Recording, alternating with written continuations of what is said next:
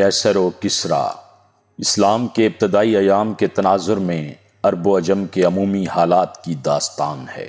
یہ عرب کے خاک نشینوں اور عجم کی دو عظیم قوتوں کے درمیان معرکہ حق و باطل کی داستان ہے۔ تو آئیے سنتے ہیں۔ قسط نمبر 44۔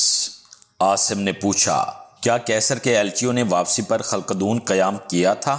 ہاں، انہوں نے ایک رات وہاں قیام کیا تھا اور ایک رومی نے قلعے میں سین کی بیٹی کے ساتھ ملاقات کی تھی۔ لیکن اگر تم یہ سمجھتے ہو کہ انہیں غائب کرنے میں ان رومیوں کا ہاتھ ہے تو یہ تمہاری خوش فہمی ہے۔ وہ خلقدون سے ان کی روانگی کے 2 دن بعد روپوش ہوئی تھی۔ پرویز کے پاس جب یہ خبر پہنچی تھی تو اس نے قلعے کے 20 پہرے داروں کو قتل کروا دیا تھا۔ پرویز نے ان سپاہیوں کو بھی عبرتناک سزائیں دی تھیں جو چند دن کی تاخیر سے خلقدون پہنچے تھے۔ مجھے صرف اس بات سے کیسر کے ایلچیوں پر کچھ شبہ ہوتا ہے کہ واپسی پر ان کی رفتار بہت تیز تھی۔ تحقیقات کے دوران راستے کی چوکیوں سے اس قسم کی شہادتیں ملی تھیں کہ ہمارے آدمی جو ان کے ساتھ روانہ ہوئے تھے اس بات کے شاکی تھے کہ رومیوں نے کسی منزل پر بھی انہیں جی بھر کر آرام کرنے نہیں دیا۔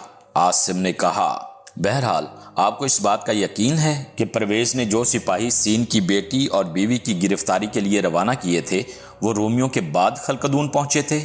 ہاں، ان کے دیر سے پہنچنے کی ایک وجہ یہ تھی کہ کسریٰ کو رومیوں کی روانگی سے چند دن بعد دستگرد کے بڑے کاہن کے اصرار پر ان کی گرفتاری کا خیال آیا تھا، اور دوسری وجہ یہ کہ انہوں نے کسی تاخیر کے بغیر خلقدون پہنچنے کی ضرورت محسوس نہیں کی تھی۔ بہرحال یہ بات یقین کے ساتھ کہی جا سکتی ہے کہ سین کی بیوی اور بیٹی رومیوں کے ساتھ نہیں گئیں۔ جب ان کی تلاش جاری تھی تو میں اکثر مدائن سے دستگرد جایا کرتا تھا۔ تورج اور چند دوسرے دوستوں کی طرح مجھے بھی یہ شبہ تھا کہ کسریٰ نے انہیں قتل کروا دیا ہے، اور اب ان کی تلاش سے اس کا مقصد اپنے جرم پر پردہ ڈالنے کے سوا کچھ نہیں۔ لیکن اب خلقدون کے لشکر کی ایک بڑی تعداد واپس آ چکی ہے اور میں کئی سپاہیوں اور افسروں سے مل چکا ہوں، اور وہ سب اس بات کی گواہی دیتے ہیں کہ سین کی بیوی اور بیٹی کہیں روپوش ہو چکی ہیں، اور اگر رات کی تاریکیوں میں قلعے سے باہر ان کے اغوا یا قتل کی کوئی سازش ہوئی ہو تو اس کے ساتھ فوج کا کوئی تعلق نہیں۔ عاصم کی قوت برداشت جواب دے چکی تھی۔ اس نے ساسان کی طرف دیکھا اور کرب انگیز لہجے میں کہا، میں جا سکتا ہوں؟ ساسان نے اٹھ کر کہا، نہیں، تم پہلے اپنے کمرے میں جا کر ناشتہ کر لو، اور تمہارا لباس بھی ٹھیک نہیں، میں تمہارے لیے نئے کپڑے بھیجتا ہوں، کچھ اور ضروری سامان تمہارے گھوڑے کی خرجین میں رکھوا دیا جائے گا۔ مہرداد نے کہا، ہم قلعے کے دروازے پر تمہارا انتظار کریں گے، لیکن میں یہ پوچھنا چاہتا ہوں کہ تم کہاں جانا چاہتے ہو؟ مجھے معلوم نہیں، عاصم نے بھرائی ہوئی آواز میں جواب دیا، اور اس کے ساتھ ہی آنسو جنہیں وہ بڑی مشکل سے ضبط کیے ہوئے تھا اس کی آنکھوں سے ابل پڑے۔ مہرداد نے اٹھ کر اس کے کندھے پر ہاتھ رکھتے ہوئے کہا، شاید تمہیں یہ معلوم نہیں کہ سین میرا بہترین دوست تھا، اور اگر میرا بیٹا ایرج زندہ ہوتا تو فسطینہ میری بہو ہوتی۔ نہیں، عاصم نے جواب دیا، میں اپنے محسن کو خوش کرنے کے لیے یہ جھوٹ نہیں بولوں گا۔ اگر ایرج اپنی موت سے پہلے آپ سے ہم کلام ہو سکتا تو وہ آپ سے یہ کہتا کہ فسطینہ نے آپ کے بیٹے کی مسرتوں میں شریک ہونے کی بجائے ایک ایسے انسان کی بد نصیبی میں حصہ دار بننا قبول کر لیا تھا جو اسے محبت کے آنسوؤں کے سوا کچھ نہیں دے سکتا تھا۔ نادان لڑکی مرمری ایوانوں سے منہ پھیر کر اس قریب الدیار کی رفاقت قبول کرنے پر آمادہ ہے جو اسے ایک جھونپڑا بھی عطا نہیں کر سکتا۔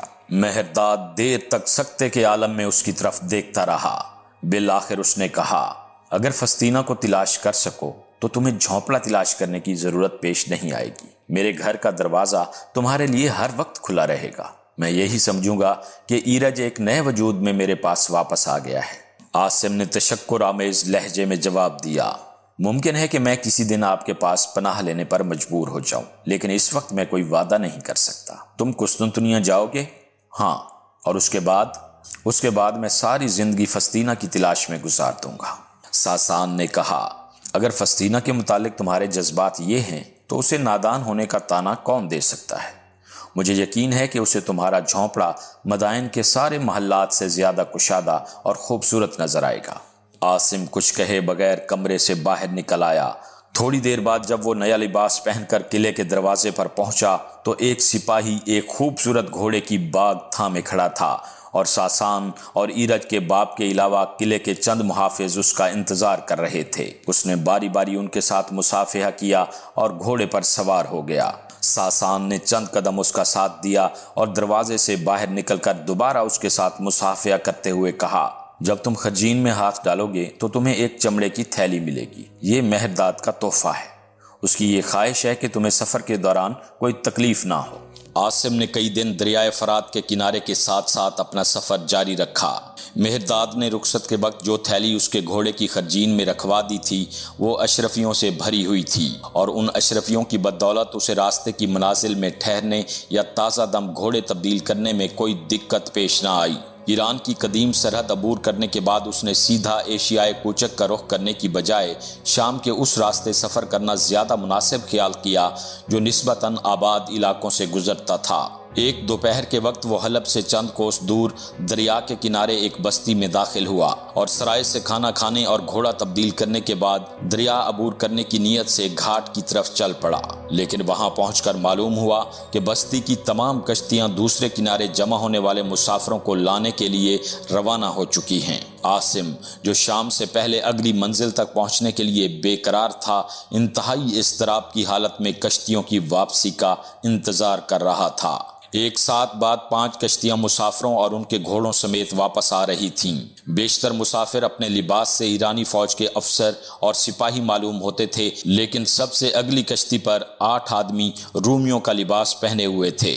بستی کے چند آدمی جو دریا کے کنارے جمع ہو گئے تھے انتہائی غم و غصہ کی حالت میں ایرانیوں کی طرف دیکھ رہے تھے، اور ایک عمر رسیدہ شامی راہب چلا چلا کر یہ کہہ رہا تھا، آج ایرانی رومیوں کے دوست بن گئے ہیں، لیکن ہم ان ظالموں کو اپنی بستی سے گزرنے کی اجازت نہیں دیں گے۔ ایک نوجوان نے آگے بڑھ کر کہا، مقدس باپ، اب جنگ ختم ہو چکی ہے اور یہ لوگ اپنے گھروں کو واپس جا رہے ہیں۔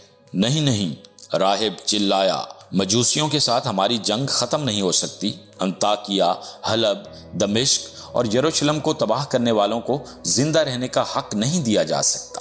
نوجوان نے برہم ہو کر کہا، اگر آپ لڑنا چاہتے ہیں تو ہم آپ کو روکنے کی کوشش نہیں کریں گے، لیکن ہم آپ کی خاطر مزید خون نہیں دے سکتے۔ رومیوں سے بھی آپ کو یہ توقع نہیں رکھنی چاہیے کہ وہ آپ کی خاطر مزید قربانیاں دینے کے لیے تیار ہو جائیں گے۔ دیکھیے وہ قریب آ رہے ہیں۔ اگر آپ اپنی زبان پر قابو نہیں رکھ سکتے تو یہاں سے تشریف لے جائیے، ورنہ کیا ہوگا؟ راہب نے تل ملا کر کہا۔ نوجوان نے جواب دیا، ورنہ میں آپ کو دریا میں پھینک دوں گا اور بستی کا کوئی آدمی آپ کی مدد نہیں کرے گا۔ میں یہ بھی جانتا ہوں کہ آپ تیرنا نہیں جانتے۔ راہب نے کچھ کہنے کی کوشش کی، لیکن اس کی آواز تماشائیوں کے کہوں میں دب کر رہ گئی اور وہ غصے سے کانپتا اور گالیاں دیتا ہوا ایک طرف چل دیا۔ کشتیاں قریب آ چکی تھیں اور عاصم دم بخود کھڑا سب سے اگلی کشتی پر ایک جانی پہچانی صورت دیکھ رہا تھا۔ یہ ولیرس تھا۔ عاصم کے دل کی دھڑکن کبھی تیز اور کبھی سست ہو رہی تھی۔ وہ کبھی مسرت کے 7ویں آسمان پر پرواز کر رہا تھا اور کبھی مایوسی کے سمندر میں غوطے لگا رہا تھا۔ ولیرس جو ایک ایرانی سے باتیں کر رہا تھا اچانک ساحل کی طرف متوجہ ہوا اور اس کی نگاہیں عاصم کے چہرے پر مرکوز ہو کر رہ گئیں، اور پھر اس نے اپنے دونوں ہاتھ بلند کر دیے۔ کشتی کنارے پر لگی۔ عاصم اپنے گھوڑے کی باگ چھوڑ کر آگے بڑھا اور ولیرس کشتی سے کود کر اس کے ساتھ لپٹ گیا۔ خدا کا شکر ہے کہ اس جگہ تم سے ملاقات ہو گئی، ورنہ میں تمہاری تلاش میں مدائن جا رہا تھا اور وہاں سے نامعلوم مجھے ایران کے کتنے شہروں کی خاک چھاننا پڑتی۔ عاصم نے کچھ کہنے کی کوشش کی، لیکن اس کی آواز حلق سے باہر نہ آ سکی۔ تاہم اس کی نگاہیں ولیرس کو متاثر کرنے کے لیے کافی تھیں۔ اس نے عاصم کے کندھے پر ہاتھ رکھتے ہوئے کہا، عاصم، فسطینہ زندہ ہے۔ اور عاصم کے سامنے ساری کائنات اپنی حسین مسکراہٹوں کے ساتھ رقص کرنے لگی۔ وہ کہاں ہے؟ اس نے لرزتی ہوئی آواز میں سوال کیا، اور اس کے ساتھ ہی اس کی آنکھوں سے آنسو ابل پڑے۔ وہ قسطنطنیہ میں ہے اور ہم بہت جلد وہاں پہنچ جائیں گے۔ اتنی دیر میں چند رومی اور ایرانی ان کے گرد جمع ہو چکے تھے۔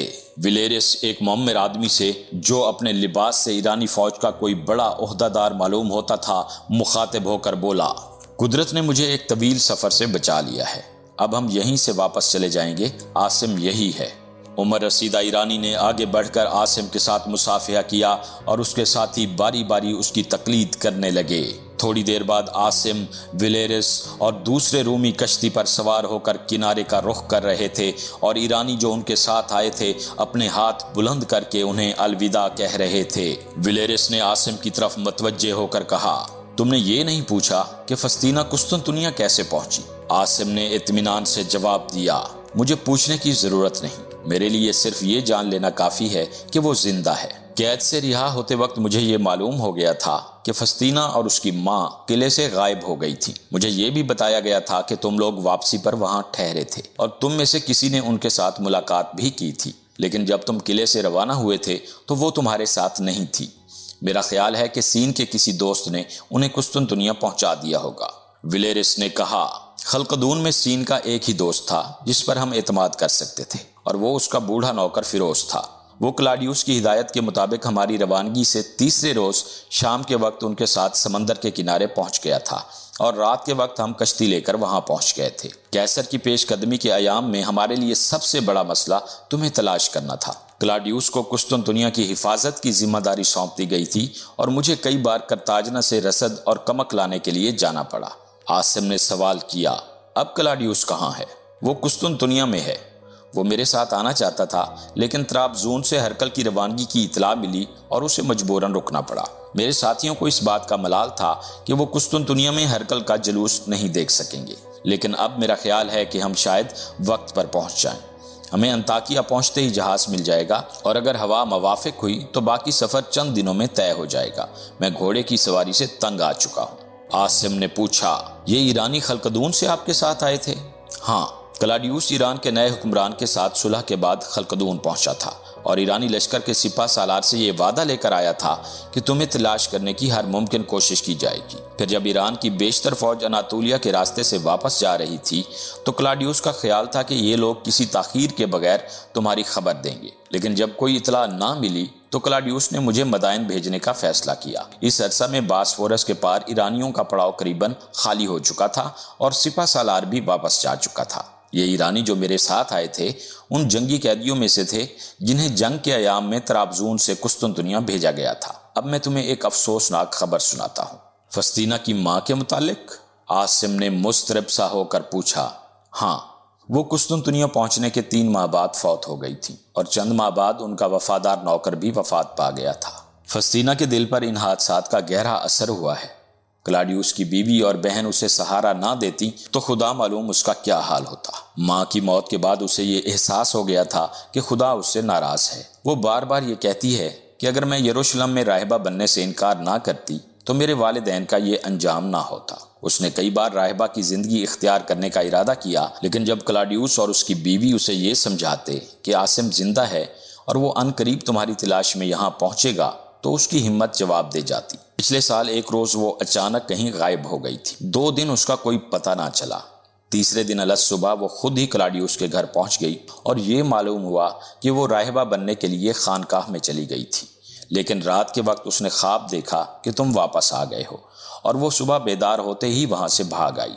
इसके बाद उस खानकाह के राहिबों ने उसका पीछा नहीं छोड़ा। वो अक्सर क्लाडियुस के घर आकर उसे तबलीग करते हैं और फस्तीना उन्हें हर बार ये तसल्ली देती है कि मैंने राहिबा बनने का इरादा तर्क नहीं किया, मैं सिर्फ चंद दिन की मोहलत चाहती हूँ। क्लाडियुस को हमेशा इस बात का अंदेशा लगा रहता है कि वो फिर किसी दिन खानकाह चली जाएगी और इस मर्तबा उसके लिए बाहर आने के दरवाजे हमेशा के लिए बंद हो जाएंगे। आसिम ने कोई जवाब ना दिया। उसके दिलो दिमाग में और उसकी निगाहों के सामने फस्तीना के सिवा कुछ न था। उसके कान सिर्फ फस्तीना की सिसकियां सुन रहे थे। विलेरिस ने कहा, मैंने तुम्हें एक बात नहीं बताई, मेरी शादी हो चुकी है। आसिम ने मुस्कुराने की कोशिश करते हुए कहा, मैं तुम्हें मुबारकबाद देता हूँ और मेरे ख्याल में तुम्हारी दुल्हन का नाम जूलिया है। हाँ, लेकिन अब भी ये एक ख्वाब महसूस होता है। शादी से 1 हफ्ता कबल मुझे ये उम्मीद ना थी कि जूलिया का बाप अचानक मुझ पर इस कदर मेहरबान हो जाएगा। मैं जिस कदर जूलिया से मोहब्बत करता था, इसी कदर मुझे इस बात का अंदेशा था कि मरकज का खानदानी गरूर हमारे दरमियान एक आहिनी दीवार की तरह हायल है। क्लाडियुस को अपना बेहतरीन दोस्त समझने के बावजूद मुझे अपनी कम आयगी का एहसास था, लेकिन हम जब दस्तगर्द की मुहिम से वापस आए तो मुरकज पहली बार मुझसे बगलगीर होकर मिला और हमारी सरगुज़श्त सुनने के बाद उसने किसी तमहीद के बगैर ये ऐलान कर दिया कि अगर कुस्तुनतुनिया पर कोई नई मुसीबत ना आ गई तो 1 हफ्ता के अंदर अंदर जूलिया की शादी कर दी जाएगी। मैंने झिझकते हुए दूल्हा के मुतालिक पूछा तो उसने जवाब दिया, वो एक बहादुर और काबिल एतमाद नौजवान है और उसका नाम विलेरिस है। विलेरिस अपनी शादी की सारी तफसीलात सुनाना चाहता था, लेकिन आसिम का चेहरा बता रहा था कि उसके ख्यालात किसी और सिमत परवास कर रहे हैं।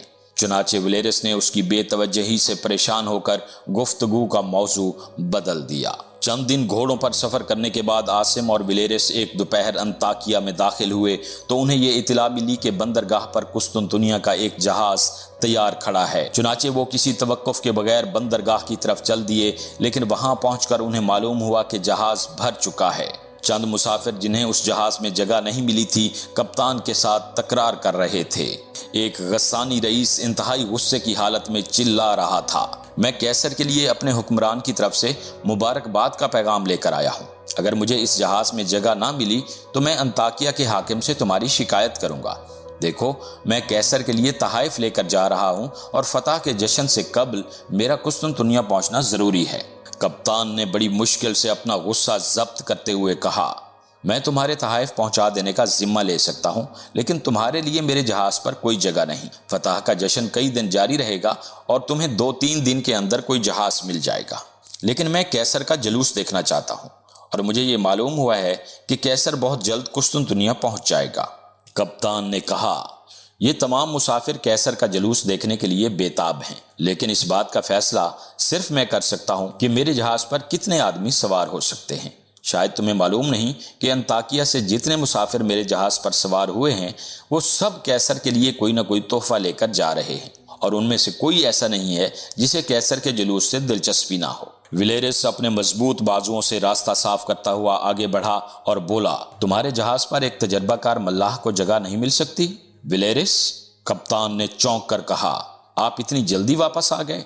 मैंने तो ये सुना था कि आप मदाइन जा रहे हैं। विलेरिस ने जवाब दिया, मुझे वहां जाने की जरूरत पेश नहीं आई और अब मैं किसी ताखीर के बगैर कुस्तुनतुनिया पहुंचना चाहता हूं। मेरे साथी घोड़ों पर अपना सफर जारी रखेंगे, आपको सिर्फ एक और मुसाफिर को जगह देनी पड़ेगी।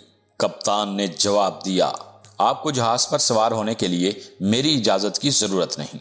गस्सानी रईस ने शिकायत के लहजे में कहा, लेकिन आप तो ये कहते थे कि आपका जहाज पुर हो चुका है। मैं दुरुस्त कहता हूँ। शायद तुम्हें यह मालूम नहीं कि विलेरिस मुझे सारा जहाज खाली करने का हुक्म दे सकता है। थोड़ी देर बाद विलेरिस और आसिम जहाज पर सवार हो चुके थे। हवा मवाफिक थी और चंद दिन बाद ये जहाज एक सुबह बहीराए मारमूरा से निकलकर आबनाए बासफोरस में दाखिल हो चुका था। बाएं हाथ कुस्तुनतुनिया की फसील पर औरतों और मर्दों का हुजूम दिखाई दे रहा था। कई जहाज बंदरगाह से बासफोरस के दोनों किनारों पर रुके हुए थे।